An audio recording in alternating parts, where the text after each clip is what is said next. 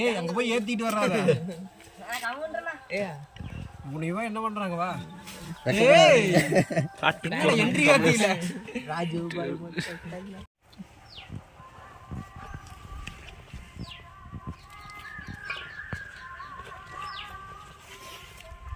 காக்கா முட்டையா கோழி முட்டை மண்டை அவ்வளோ பெருசு இருக்கு. இங்கே ஒன்றும் பிடிச்சா டபுள் மண்டையா எறும்பு சில்லி போலான்னு பார்த்துட்டு இருக்கிறியா? நம்மளே எறும்பு சில்லி சாப்பிடுவியா? நான் சொல்ல மாட்டான். வாங்கி போட்டோம்னா தின்னு விடுவான். 100 எறும்பு பிடிக்கிறோம், சமைக்கிறோம், ஃபேமஸ் ஆகிறோம். 100 எறும்பு நல்லா பயங்கரமா ருசிக்கிறேன்.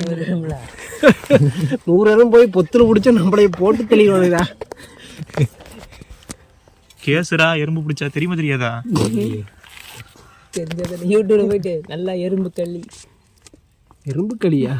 கறி அதுக்கு ஒரு சர்க்கரை 10 போட்டோம்னா எறும்பு சுத்திடுவானு, சுத்து போட்டுருவானு. தெரியாடா இல்லையாடா? அடியில போயிட்டானு ஒரு பீஸ் அழுங்காம தூக்கிட்டு போயிட்டு இருக்கிறானே. சரி விடு, அவன் தான் நம்ம ஃபர்ஸ்ட் சமையல் சாப்பிட்டோன்னு இருக்கட்டும். அப்படி எங்கே போகிறதுன்னு தெரியலாட்டுக்குது. போய்க்கு இன்னும் 10 பேர்த்து கூட்டிகிட்டு வந்து எல்லா முட்டையும் தூக்கிட்டு போயிட போகிறானுங்க.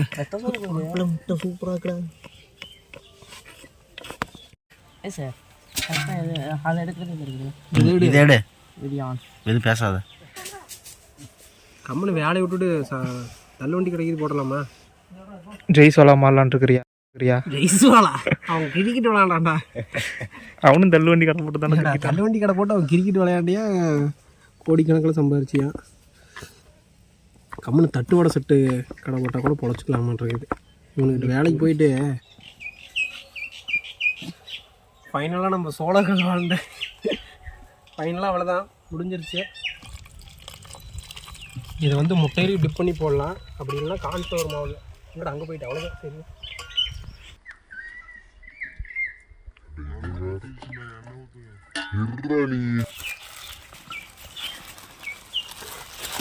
வேற நம்ம நாய் முடி மாதிரி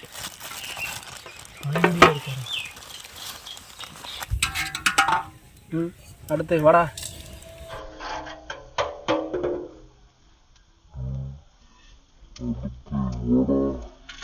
குளிக்கிறப்ப 2 எடுத்துனானுங்க. முட்டை மறுபடியும் பிடிச்சி உருண்டை பிடிக்கிறப்ப 2 எடுத்துனானுங்க. ஆனால் அப்பயும் நிறைய வந்துருச்சு. ஆனால் டேஸ்ட்டு சொல்லக்கூடாது, வேற லெவலில் இருக்குது. கமலேஷ் அதனால ஜூம் பண்ணிடுறா. சாப்பிட சிரிக்காமல் இருக்குடா. ஏன் திருடலாட்டு இப்படிங்களா? எப்படி இருக்குது? நல்லா இருக்குதா இல்லையா? நல்லா இருக்குதா? போதும் விட்றா அவனையாண்டா.